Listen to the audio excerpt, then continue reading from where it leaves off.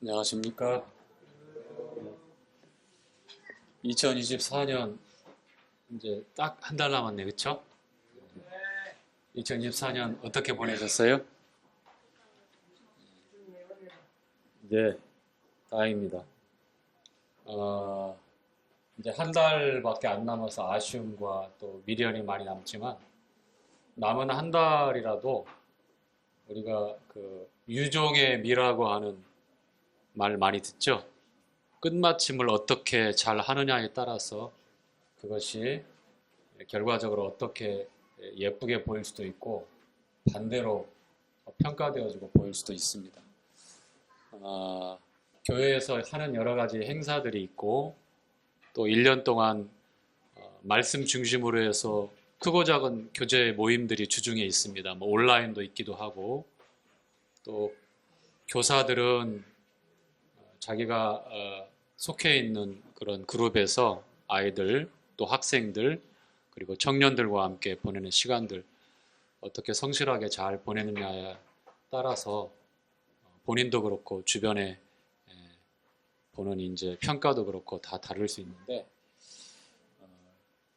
근데 저도 그런 생각을 하고 경험을 하지만 어, 뒷모습 끝마칠 때까지 뒷모습이 그렇게 깔끔하고 예쁜 사람들이 많지는 않더라고요. 의욕적으로 처음에 시도하고 그 과정도 함께 참여했지만 그 결과에 보면 남아있지 않는 사람들이 많고 소수만 그 자리를 지킨다든지 또 그리고 계속하고 있는 일들에 대해서 성실하게 변함없이 잘 감당하고 있다든지 그리고 또 다른 누구에게 변하지 않는 신뢰를 보낼 수 있는 그런 좋은 간증들을 남기기도 하죠. 그래서 요지는 그렇습니다. 이제 한 달 남았는데 정확히 이번 주까지 해서 12월은 다섯째 주가 있어요. 꽉 찼잖아요. 네, 많이 바쁘고 분주한 시간들을 보내게 될 거예요. 그렇지만 우리가 돌아보면서 마지막 이제 뭐 24년 12월이 마지막이고 인생이 종치는 건 아니니까 또다시 주님이 주시면 그 기회를 따라서 우리가 어떻게 또 살지 모르지만 어제 오늘 내일 우리는 과거 현재 미래에 관한 시간의 제한 가운데 있는데 한 번 주어진 시간과 기회를 놓쳐버리거나 지나가 버리면 다시는 회복하기가 어렵잖아요. 그리고 그것은 여러 지켜보는 눈들 또 내가 스스로 평가할 때도 천차만별로 그것이 이제 오랜 기억으로 잔상으로 남게 됩니다. 그래서 뒷모습까지 끝까지 우리가 좀 예쁜 모습으로 마무리를 했으면 좋겠다 하는 게 오늘 서론으로 드릴 말씀입니다. 제가 봄에 봄꽃이 한참 필 때 이런 말씀을 드렸어요. 왜 제가 벚꽃을 왜 좋아하는지 말씀드렸는데 기억나세요? 예, 뒷모습이 예쁘기 때문에. 처음에 그 하나하나 보면 화려하진 않잖아요. 엄동설한이 되어지고 눈이 기록적으로 많이 오는 겨울에 접어든 때 웬 봄꽃 타령이냐고. 봄은 곧 옵니다. 그래서 희망을 가지고 소망을 가지라고 또 말씀을 드리는데 이 벚꽃은 아기자기하고 꽃잎이 정말 조그만해서 하나하나 보면 화려하진 않아요. 그런데 여러 개가 이렇게 모여 있고 그리고 만개한 그 벚꽃 나무를 보면 참 예뻐요. 그것으로 끝나는 것이 아니라 수명을 다하고 그 예쁘고 보기 좋은 때를 지나서 이제 하나 둘 떨어져서 바람에 길거리에서 나뒹굴 때도 나뒹구는 그 뒷모습 마지막까지도 예뻐요. 저만 그런가요? 네. 제가 굉장히 그 F거든요. 그런데 봄꽃 중에 굉장히 피어날 때는 화려한데 만인의 이목을 집중해서 와 예쁘다 하지만 그 떨어져서 그 뒷모습은 왜 이렇게 참 안 됐다 싶을 정도의 그런 봄꽃도 있잖아요. 대표적인 게 이제 뭐죠? 목련. 목련. 제가 목련한테는 두 번, 세 번 미안합니다만 그 두 꽃을 비교했을 때 너무 대조적이어서 생각을 많이 하게 되더라고요. 사물을 보면 좀 생각을 하는 그 습관들이 좀 있어가지고 봄꽃을 봐도 저는 예사롭게 지나가지 않습니다. 우리 자매님들 보면 다 봄꽃 같아요. 부엌에서 요리하고 계시는 우리 자매님들은 더 봄꽃 같고 특별히 저 맛있는 반찬을 챙겨주실 줄 믿습니다. 자, 뒷모습까지 예쁘게 또 깔끔하게 마무리했으면 좋겠습니다. 내가 지금 하고 있는 일들, 또 해야 되는 일들, 교회 안과 밖에서 내가 담당해야 될 그런 부분들을 잘 마무리할 수 있도록 12월 한 달을 잘 챙겼으면 좋겠습니다. 아시겠죠? 자, 오늘 함께 교제할 말씀은 요한 1서 말씀입니다. 요한 1서 5장 말씀을 함께 보도록 하겠습니다.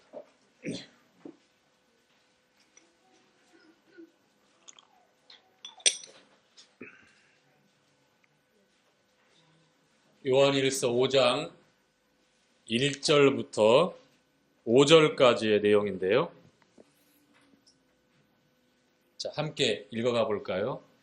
자, 내용을 주목해서 읽어보면 오늘 주제의 말씀이 나와 있습니다. 예수께서 예수께서 그리스도이심을 믿는 자마다 하나님께로서 난 자니 또한 내신 이를 사랑하는 자마다 그에게서 난 자를 사랑하느니라. 우리가 하나님을 사랑하고 그의 계명을 지킬 때에 이로써 우리가 하나님의 자녀 사랑하는 줄을 아느니라.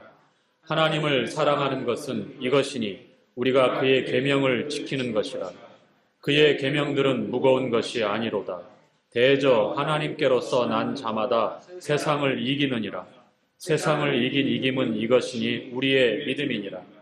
예수께서 하나님의 아들이심을 믿는 자가 아니면 세상을 이기는 자가 누구니요?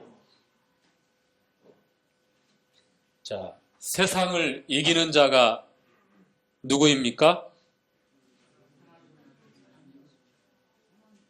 하나님의 아들 예수님을 믿는 자가 그 믿음으로 세상을 이긴다라고 이렇게 말씀은 우리에게 전달해 주고 있습니다. 4절, 5절 다시 한번 읽어볼까요? 자, 대저, 시작. 대저 하나님께로서 난 자마다 세상을 이기느니라. 세상을 이긴 이김은 이것이니 우리의 믿음이니라. 예수께서 하나님의 아들이심을 믿는 자가 아니면 세상을 이기는 자가 누구니요? 이는 6절이고요. 5절까지입니다. 자, 대저 하나님께로서 난 자마다 하나님의 자녀가 하나님의 아들, 딸들이 세상을 이기고 그 이김은 우리의 믿음이라고 말씀합니다. 하나님의 아들 예수 그리스도에 대한 그 믿음이 세상을 이깁니다. 자, 오늘의 제목은 이기는 자가 누구입니까? 자, 성경에는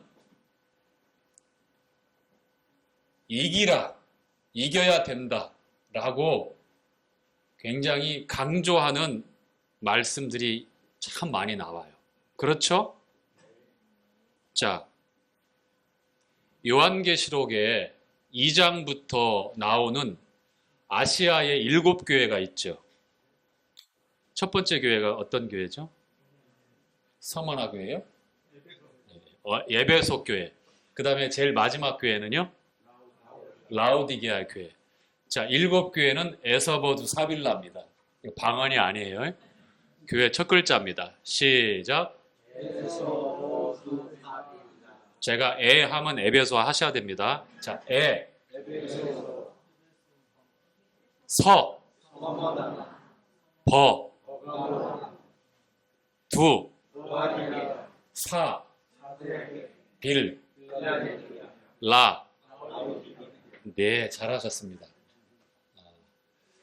에베소, 서머나, 버가모, 두아디라, 사데, 빌라델비아, 라오디게아 교회까지 7교회가 있는데 이 7교회는 그 시대의 7부류의 교회가 항상 존재한다는 것과 역사적으로, 시간적으로 에베소 교회는 주님 오셔서 세워진 주님의 교회, 초대교회를 나타내고 맨 마지막 라오디게아 교회는 우리 현 시대에 주님 오시기 전에 마지막 때의 교회, 그러니까 시간적으로 초대교회 때부터 뭐 중세를 지나서 근대 현대에 이르기까지 교회의 형태가 이렇게 변해갈 것이다 라고 두 가지 이중 계시로 나타나 있는 게 7교회에 관한 말씀입니다. 그런데 7교회에 주시는 말씀 가운데 칭찬과 책망이 고르게 나와 있어요. 7교회 가운데 4교회가 그렇고요. 칭찬만 있는 교회가 있습니다. 책망이 없어요. 2교회가 그렇고요. 칭찬은 없고 책망만 또 있는 교회가 있습니다. 그렇죠? 파노라마반 그 숙제입니다. 오늘 확인할 거예요. 자, 그런데 칭찬, 책망, 칭찬만, 혼, 책망만 있는 7교회에게 동일하게 주신 약속들이 있어요. 어떤 거냐면 이기는 자에게, 에베소 교회에게 말씀하실 때에, 그리고 라오디게아 교회까지 7번째 교회까지 말씀하실 때 맨 마지막에 약속하신 약속이 나와요. 누구든지 이기는 자에게는 이런 상을, 이런 보상을, 이런 하나님의 복을 주실 것이다 라고 예수님께서 그렇게 약속을 합니다. 어떤 자에게요? 이기는 자에게. 이기는 자가 누구입니까? 누구니요? 라고 이렇게 물어보고 있습니다. 우리가 읽었던 본문 말씀에는 세상을 이김은 우리의 믿음이다. 대저 하나님께로서 난 자마다 세상을 이긴다 라고 가르쳐주고 있습니다. 자, 그래서 이 이기는 자가 누구입니까? 라고 하는 이 질문에 대해서 저는 크게 오늘 3가지 이김에 관한 말씀을 전할 것입니다. 그 외에도 뭐 악을 이길 수 있는 그 최선의 방법이 뭐죠? 로마서 12장에 나오죠? 그렇죠. 선으로 악을 이기라. 또 미움을 이길 수 있는, 우리 마음에 미움이 끓는 물처럼 막 폭발적으로 일어날 때 그것을 잠재우고 이길 수 있는 건 뭐죠? 그렇죠. 사랑입니다. 또 어두움을 이길 수 있는 건 또 뭘까요? 빛입니다. 우리가 일상적으로 혹은 상식적으로, 그리고 무엇보다도 진리인 하나님의 말씀을 따라서 이길 수 있는 방법에 대해서 정확히 제시하고 있는 여러 부분들이 나오는데, 선으로 악을 이기는 것이고요, 미움을 극복할 수 없어서 부들부들 떨 때도 그 미움을 이길 수 있는 것이 뭐냐면 내 마음에 부어진 하나님의 사랑, 내가 만들고 내가 노력해서 갖고 오는 사랑이 아니라 이기적으로 이럴 때 저럴 때 변하는 그런 내 중심적인 감정적인 사랑이 아니라 하나님께서 내게 조건 없이 베풀어 주신 아가페적인 그 사랑을 내가 깨닫고 감동이 되어질 때에, 그리고 그 사랑이 내 마음에 부어지고 넘칠 때 그 사랑으로 이 미움을 이길 수 있는 거예요. 유일한 방법이에요. 마찬가지로 이 칠흑 같은 어둠도 한 줄기 빛만 비춰진다면 아무리 어두워도 그 어둠은 물러가게 되어 있습니다. 이길 수 있다는 거예요. 영적으로 다 우리에게 적용할 수 있는 것이고 우리의 삶에 있어서도 하나하나 분별하여 적용할 수 있게 되는 것이죠. 자, 첫 번째 이기는 것에 대해서 우리가 읽었던 본문 말씀이 나와 있습니다. 세상을 이기는 것은 무엇이다? 믿음이다. 자, 세상, 왜 하나님께서 이 세상을 이겨야 된다고 말씀을 하셨을까요? 우리는 세상을 떠나서 살 수가 없고 오늘도 그리고 내일도 여전히 세상 가운데 살 것입니다. 자, 그런데 우리가 세상에 속했습니까? 예수님을 믿기 전에는 우리는 세상에 속한 사람입니다. 아무리 아니라고 변명하고 부인해도 어쩔 수 없는 사실이었습니다. 우리는 세상 가운데 머물러서 세상에 철저히 속하고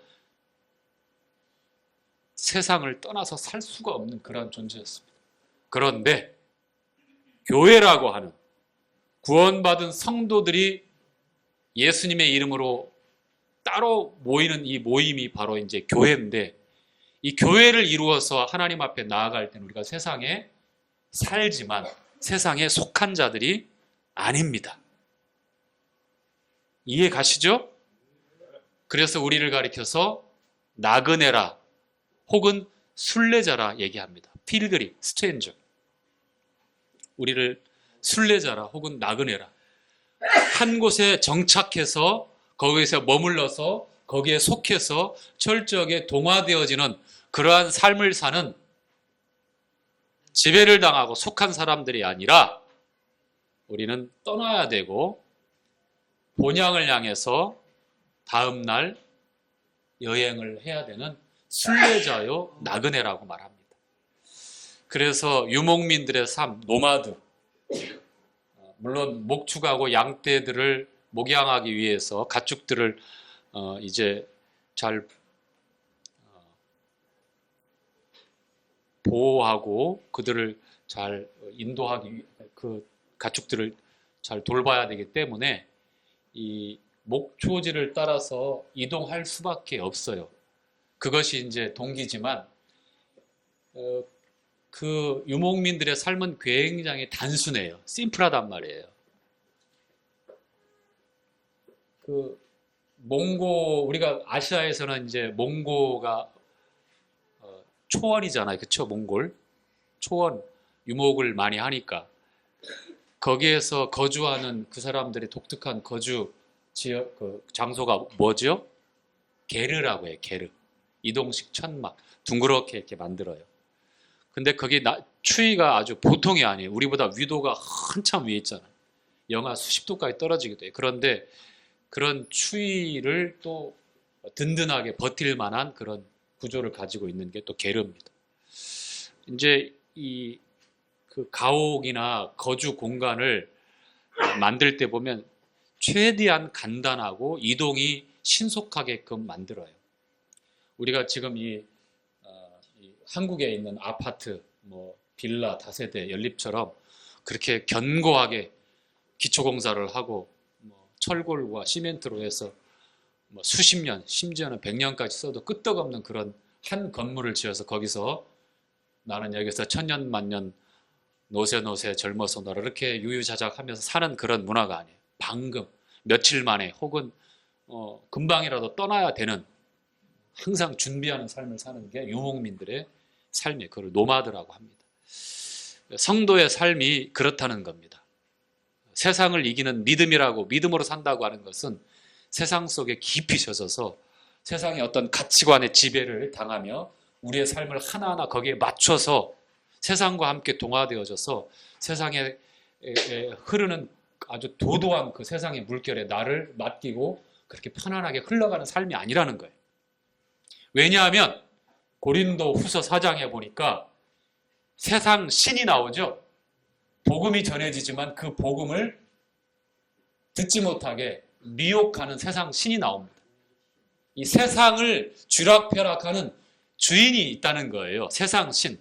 에베소 6장에는 공중 권세 잡은 자라고 그렇게 얘기를 하고 불순종의 아들들 가운데서 역사하는 그러한 존재라고 말을 합니다. 우리가 세상에 속했을 때는 누구나 예외 없이 그렇게 지배를 당하며 살 수밖에 없습니다. 믿음이 없었어요. 하나님께서 태어난 적이 없기 때문에, 예수님을 믿고 있는 믿음이 없기 때문에 세상과 함께 그렇게 흘러갈 수밖에 없습니다. 그 끝이 어디죠? 그 흘러서 가지가 마지막으로 도착하는 그 종착지가 어디입니까? 멸망이라고 하는 지옥입니다. 자, 성경 말씀 찾아보죠. 자, 히브리서 11장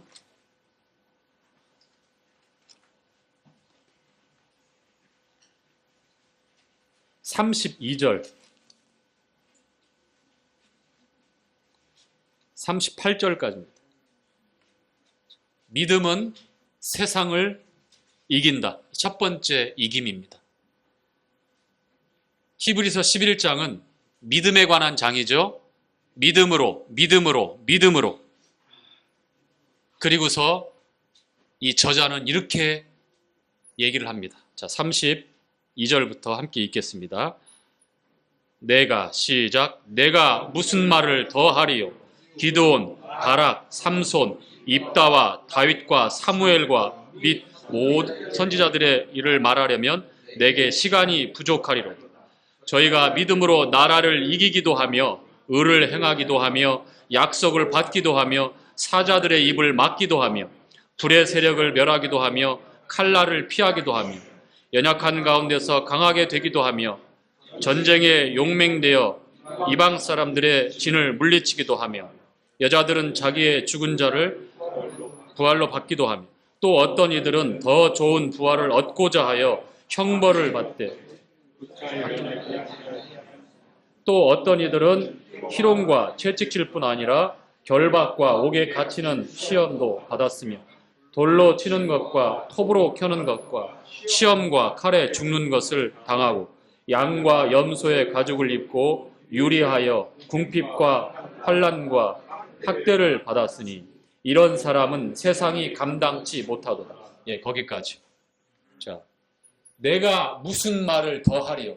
우리가 읽었던 말씀 보니까 범상치 않은 그런 상황들입니다. 우리 가운데 누구도 이런 상황의 조그만한 부분도 내가 실제 그 삶에 처해서 이러한 형편이 된다고 하면 얼마나 힘들고 고난이 말할 수 없을지. 그래서 가만히 이 말씀 본문을 믿음으로 산다는 것, 믿음이 어떠한 삶을 낳았고 결국에는 세상이 감당치 못한다. 즉 세상하고는 맞지 않다는 거예요. 세상에서는 아무리 윤택하고 아무리 편안하고 아무리 안락하게 내 장래의 삶을 위해서 준비하고 꾸미고 산다 한다 할지라도 그 삶은 나에게 너무 불편한 거라는 거예요. 합당치 않다는 겁니다. 믿음이 빠져버리고 소망이 없고 하나님께서 나를 낳으시고 본향을 향하여 이끄실 때에 나그네로서 순례자로서 살 때에 마치 이 땅에서 머물러서 천년만년 살고자 하는 그런 삶의 방식을 조금이라도 우리가 취하고 고집한다면 불편해서 어쩔 수가 없을 거예요. 견딜 수가 없이 속에서 요동칠 거예요. 믿음의 증인들이 생생한 그 삶을 통해서 증거했습니다. 구차하게 희롱당하며 핍박 가운데 톱으로 켜서 순교당하는 그 잔인한 상황에서도 그 죽음을 피하지 않았습니다. 왜냐하면 더 좋은 부활을 얻기 위해서. 무엇이 그것을 가능하게 했는가? 무엇이 그러한 고난과 학대와 시험과 핍박의 삶을 선택하게 했을까? 믿음입니다. 하나님께 대한 믿음. 하나님께서 예수 그리스도를 통해서 어떠한 은혜를 베푸셨고 주님이 가신 그 길을 향해서 함께 가자고 주님이 이끄실 때에 믿음이 없이는 불가능하잖아요. 히브리서 9장에 우리를 위하여 휘장 가운데로 열어놓으신 새로운 길, 살아있는 길은 믿음이 없으면 주님과 함께 갈 수가 없어요. 세상 가운데서 우리가 가는 그 길은 믿음의 길이며 휘장 가운데로 열어놓으신 생명의 길이며 그 목적지가 그 종착지가 너무 분명하잖아요. 지성소. 하나님이 거하시는 지극히 거룩한 성소. 대제사장도 피 없이는 감히 1년에 그것도 한 차례 딱 한 번 언제든지 죽을 수 있는 위험을 무릅쓰고 한 번밖에 들어갈 수 없었다. 그런데 예수 피를 힘입었어. 예수님의 그 거룩한 이름을 따라서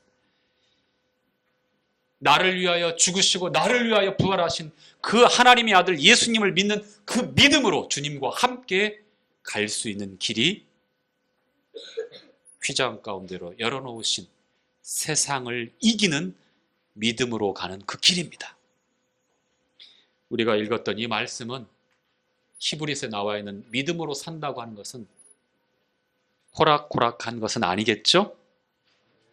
이렇게 여러분에게 힘주어 또박또박 얘기하는 저조차도 하나하나 그 상황들을 생각해 봤을 때 과거에 먼저 믿음으로 이러한 선택과 이러한 삶을 살았던 세상과 함께 동화되지 않고 마땅히 당하는 작은 불이익부터 자기의 목숨이 끊어지고 모든 전투와 산업이 빼앗기고 쫓겨나고 불과 산속에 그렇게 유리하는 사람처럼 입을 의복이 없으니까 가죽을 덮어쓰고 야인처럼 살아도 믿음으로 그렇게 살았던 것은 세상을 이겼기 때문에 그러한 삶을 살았고 그것이 가능했던 겁니다.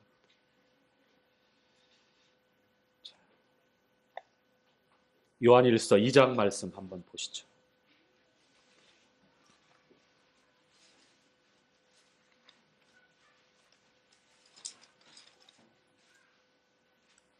요한일서 2장 15절부터 17절까지 보겠습니다.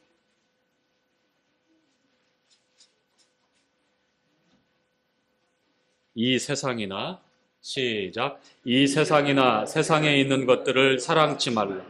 누구든지 세상을 사랑하면 아버지의 사랑이 그 속에 있지 아니하이니 이는 세상에 있는 모든 것이 육신의 정욕과 안목의 정욕과 이생의 자랑이니 다 아버지께로 쫓아온 것이 아니요 세상으로 쫓아온 것이니라. 이 세상도 그 정욕도 지나가되 오직 하나님의 뜻을 행하는 이는 영원히 거하느니라. 아멘. 무엇을 더 설명해야 되겠습니까? 말씀에 나와 있는 액면 그대로의 내용을 우리가 받아서 그렇게 말씀에 따라서 순종하면 됩니다. 이 세상이나 세상에 있는 것들을 사랑치 말라. 왜 세상을 이겨야 되는지, 세상이 매력적이고 세상의 유혹에 그렇게 한없이 연약해지고 그때그때마다 굴복한다면 우리는 망령된 에서의 행실을 따라서 끝날에 울고 불고 후회하고 애통해도 돌이킬 수 없는 처절한 그런 후회의 시간이 우리에게 맞닥뜨릴 수도 있다는 것입니다. 망령된 에서의 행실 잘 아시죠? 세속적인 거다고. 이 망령된 건 세속적인 거. 에서는 철저하게 눈에 보이는 그 세상의 가치에 자신의 삶을 맞췄어요. 그래서 장자권을 어떻게 했어요? 업신여겼어요. 즉 하나님의 말씀, 하나님의 계획, 하나님의 은혜를 업신여기고 비웃고 그렇게 했던 겁니다. 이렇게 말씀합니다. 세상도 그 정욕도 다 지나가되 하나님의 뜻을 행하는 자는 영원히 거하느니라. 하진이도 해야지. 자, 두 번째 이기는 이김에 대해서. 진리는 안 따라하셔도 괜찮습니다. 진리는 안 따라해도 된다니까요. 진실은 무엇을 이긴다? 거짓을 이긴다. 자, 이제 따라서 하셔도 됩니다. 진리는 거짓을 이긴다. 거짓을 어떻게 하면 이길 수 있을까? 진리, 진실. 자, 진리가 무엇입니까? 그렇죠. 예수님께서 요한복음 14장에서 6절에 나오죠. 내가 곧 진리, 트루스, 더 트루스, 하나밖에 없는 유일한 진리, 예수님. 또한 요한복음 8장과 또 17장에 나오죠. 진리는 무엇입니까? 하나님의 말씀. 동일한 거죠. 예수님이 말씀이시니까요. 성경에서 크게 예수님과 하나님의 말씀을 진리라고 말씀하고 있습니다. 거짓은 그러면 우리가 너무 잘 알잖아요. 그렇죠?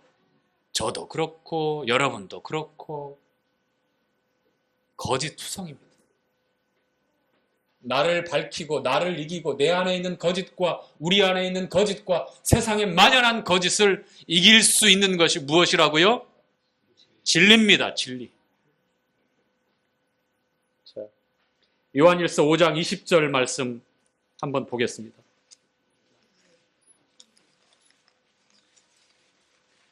(5장 20절) 요한일서, 특히 이 요한일서 1, 2, 3, 4, 5장에는 굉장히 심오하고 중요한 어떤 교리적인 그런 말씀들이 참 많이 나와 있더라고요. 빛, 생명 강조하고 있어. 자, 20절 한 구절만 보지요.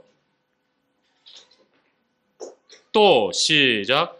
또 아는 것은 하나님의 아들이 이르러 우리에게 지각을 주사 우리로 참된 자를 알게 하시는 것과 또한 우리가 참된 자 곧 그의 아들 예수 그리스도 안에서 있는 것이 그는 하나님이시요 영생이시라. 자, 참된 자를 알게 하셨다고 말씀하시죠. 그렇죠? 하나님께서 우리에게 지각을 주셔서 이 참된 자가 누굽니까? 예수 그리스도입니다. 진리를 알게 하셨다고 하는 것입니다. 온 세상은 어디 안에 있죠? 어두움 가운데 있습니다. 온 세상은 거짓 가운데 있습니다. 그래서 참된 자를 알지 못하면 이 거짓을 분별하기 어려울 뿐만 아니라 거짓을 이길 수도 없다. 자, 한 구절 더 말씀 찾아보겠습니다. 자, 요한복음 8장입니다.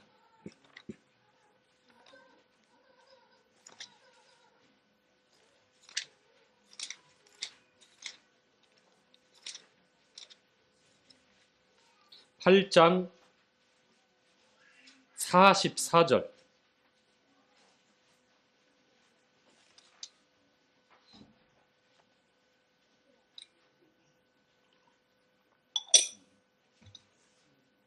자, 너희는 시작. 너희는 너희 아비 마귀에게서 났으니 너희 아비의 욕심을 너희도 행하고자 하느니라. 저는 처음부터 살인한 자요 진리가 그 속에 없으므로 진리에 서지 못하고 거짓을 말할 때마다 제 것으로 말하나니 이는 저가 거짓말장이요 거짓의 아비가 되었음이니. 자, 거짓의 아비가 누구입니까? 마귀죠. 사단이라고 불려지는 마귀입니다. 자, 그래서 창세기 3장에도 보니까 이 세상에 거짓으로 죄를 들어오게끔 만든 미혹자로 나타납니다. 어떻게 말씀하죠? 하나님께서는 지식의 열매, 선악을 알게 하는 나무의 열매를 따먹지 말아라. 먹는 날에는 어떻게 했습니까? 그 반드시 surely die. You shall surely die. 맞나요? 예. 자, 이거 영어 나올 때마다 제가 움츠러드는데 에밀리 자매하고 아이 컨택 안 하려고 애를 쓰고 있습니다. 자, 반드시 surely 반드시 죽는다고 했는데 마귀는 뭐라고 얘기하죠? 죽을까 하노라는 어떤 의미예요? 죽을 수도 있고 안 죽을 수도 있고. 그러니 어떻게 해요? 하나님 말씀에 대해서 의심하게 하는 거예요. 어때요? 이 거짓을, 이 마귀를 이길 수 있는 것은 참된 자를 알아야 되고 하나님의 말씀 있는 그대로 가감하지 말고 더해도 안 되고 빼도 안 돼요. 내 인위적인 생각과 마음으로 편리를 따라 이익을 따라서 편취하거나 취사 선택을 해서는 안 된다는 거예요. 그것이 나에게 하나님의 말씀이 나를 정말 당황하게 만들고 손해가 되어지고 숨기고 싶은 게 막 드러난다 할지라도 그 말씀 앞에 정직해야 합니다. 그래야 거짓을 이길 수 있고 참된 자 예수 그리스도를 통해서 보호를 받을 수 있어요. 마귀는 우리의 약점을 잘 알기 때문에 이 세상을 지배하는 거짓의 아비인 이 마귀가 거짓을 통해서 언제든지 농락해요. 여러분 상대가 안 돼요. 저도 마찬가지고 여러분도 마찬가지예요. 감히 이 영물이 얼마나 이 거짓을 통해서 미혹하고 전 세계를 주물락주물락 하는지 몰라요. 그 많이 배우고 그 똑똑하고 하나하나 보면 얼마나 존경할 만한 사람들이에요. 정치하는 사람들. 그런데 보세요. 오늘날에 한국의 정치, 다른 나라도 마찬가지. 거짓이 지배하기 때문에. 권모술수가 난무하잖아요. 권력 쟁탈을 위해서 가진 수단과 방법을 쓰잖아요. 법조계, 언론계, 정치계, 사회 저명 인사들 누구나 할 것 없이 종교계에 덕망 있는 그런 인격가들까지 이 거짓에 휘둘리기 때문에 어떻게 돼요? 철저하게 패해서 완전히 쓰레기처럼 나뒹굴 수밖에 없을 겁니다. 나중에는. 이 거짓에 휘둘리면 그래요. 그래서 참된 자를 알게 하셨고 이 참된 자 예수 그리스도를 통해서 하나님의 말씀이 이 거짓을 이기게 하십니다. 그래서 말씀 앞에 정직하고 하나님 말씀을 그대로 받아들이고 순종하는 것이 이기는 길입니다. 주님께서도 마지막 때의 이 거짓에 대해서 경고하고 계십니다. 마태복음 24장에 주님이 오실 때에 할 수만 있으면 거짓 선지자들이 일어나서 어떻게 한다고요? 택하신 자들도 미혹한다고 그랬습니다. 우리라고 예외일까요? 하나님의 말씀이 전해지는 것 같은데 잘못된 거짓이 왜곡되어진 잘못된 그러한 메시지가 전달될 수도 있다는 거예요. 적그리스도가 출몰할 때에 어떠한 일이 일어납니까? 짐승이 나올 때에 데살로니가 후서 2장에 보니까 악한 자의 임함은 사단의 역사를 따라서 거짓 이적과 우리 사람들은요 눈앞에서 일어나는 어떠한 신비적인 이적을 보면 이성이 마비되어져요. 이성적으로 논리적으로 차분하게 생각하려고 하지 않고 완전히 거기에 미혹될 수밖에 없습니다. 마지막 때에 일어난 일이에요.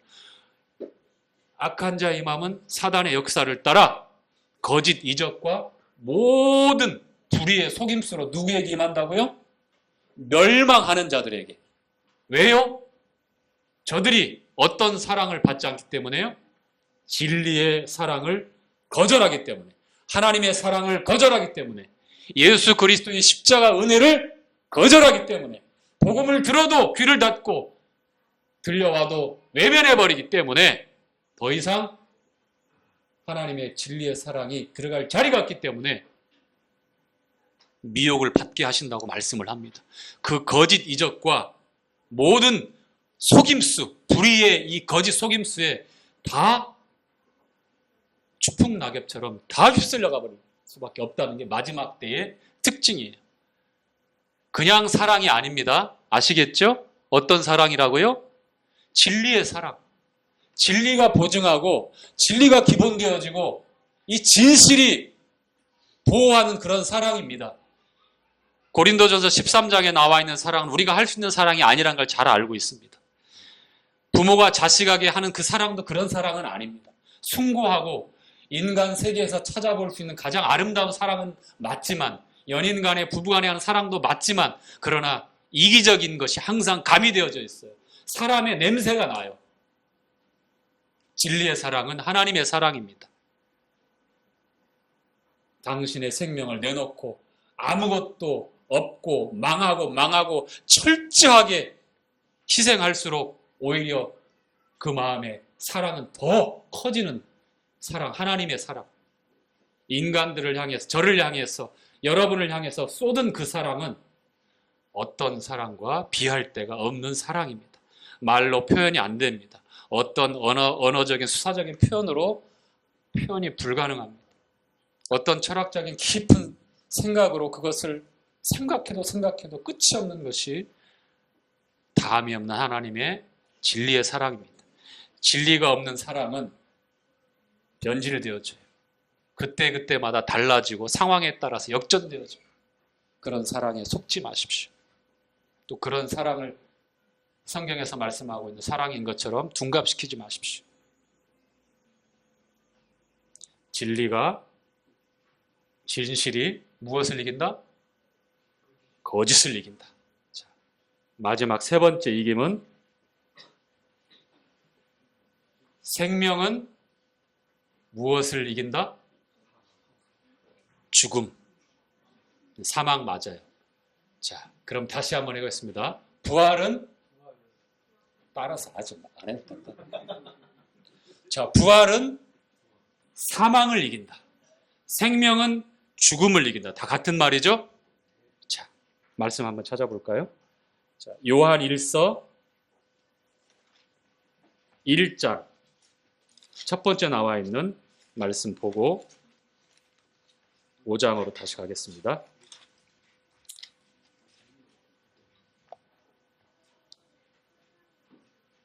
1장 1절 태초부터 시작. 태초부터 있는 생명의 말씀에 관하여는 우리가 들은 바요, 눈으로 본 바요, 주목하고 우리 손으로 만진 바. 자, 태초부터 계신 생명의 말씀, 바로 생명의 근원 되신 우리 주님을 나타내고 있죠. 그리고 사도 요한은 공생의 기간 동안 말씀이 육신이 되어 우리 가운데 거하시는 하나님을 온 전인격적으로 경험한 말씀을 이렇게 계시를 따라서 요한일서 1장 1절에 쫙 정확하게 기록하고 있는 내용입니다. 우리가 본 바요, 손으로 만진 바요, 우리가 들은 바요, 주목하고 손으로 만진 바 되었다. 어떻게 이런 일이 가능합니까? 너무 놀라운 게 그래서 주님의 성육신이라고 하는 거예요. 하나님이 사람의 몸으로 오셨다고 하는 것은 이건 이해할 수 없고 표현할 수 없는 너무 놀라운 것. 이렇게밖에 표현이 안 됩니다. 태초부터 계셨던 생명의 말씀. 생명이 무엇입니까? 복음 집회도 우리 들었죠? 이 생명이 이렇게 증거합니다. 요한일서 5장으로 가겠습니다. 5장 11절부터 보겠습니다.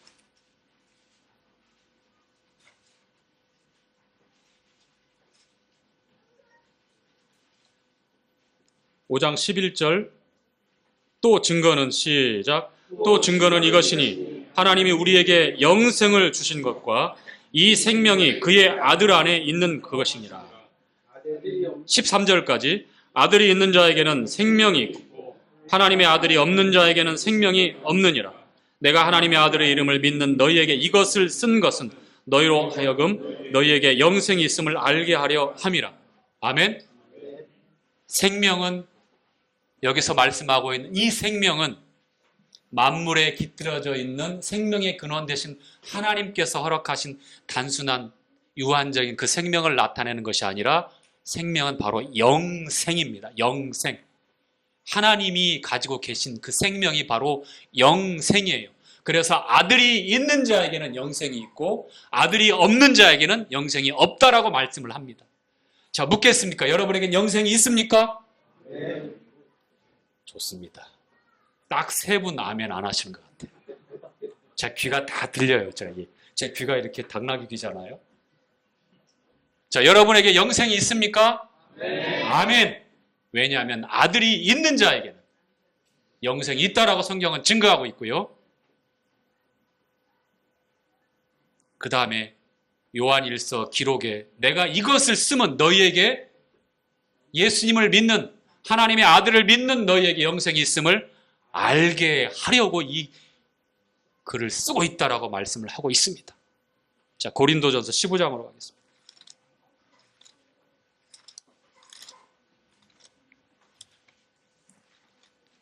15장 51절부터 보겠습니다.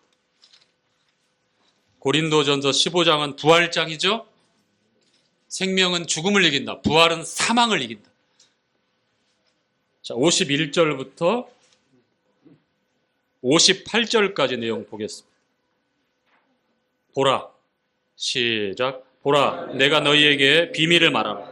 우리가 다 잠잘 것이 아니요 마지막 나팔에 순식간에 호련히 다 변화하리.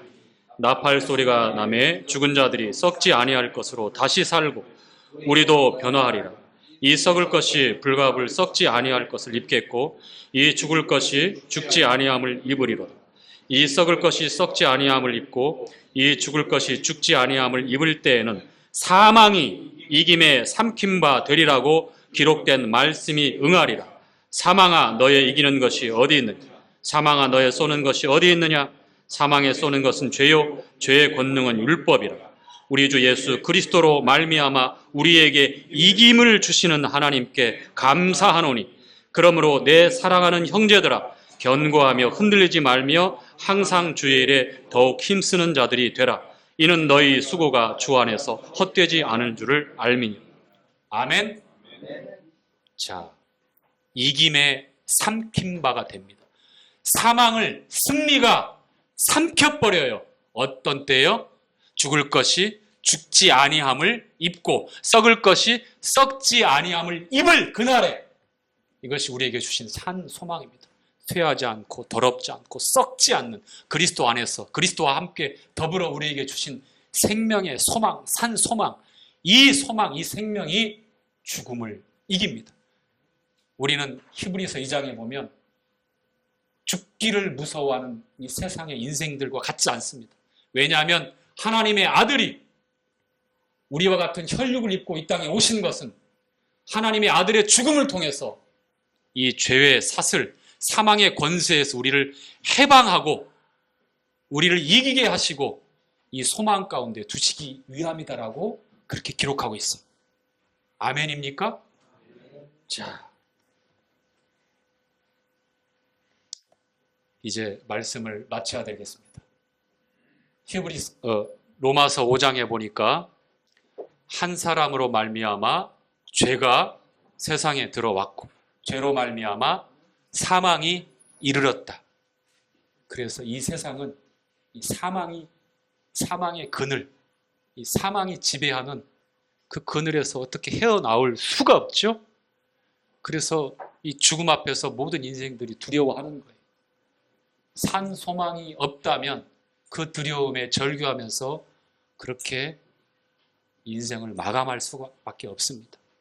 시편 107편에 보니까 인생들의 곤고에 대해서 이렇게 기록하고 있습니다.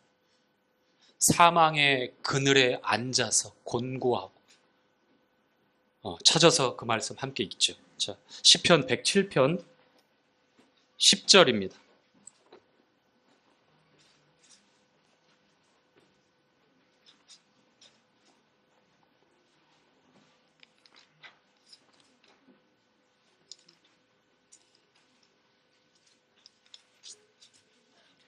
자, 10절, 12절까지.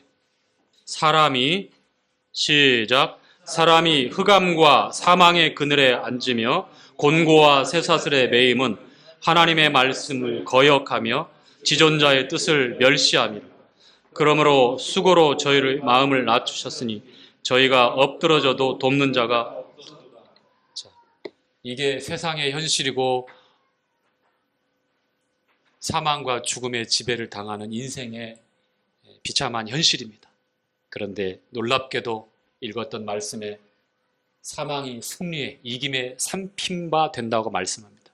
이 소망은, 이 생명은, 이 부활은 주님께서 요한복음 11장에 말씀하신 대로 내가 부활이요 생명이니 나를 믿는 자는 죽어도 살겠고 무릇 살아서 나를 믿는 자는 영원히 죽지 아니하리라.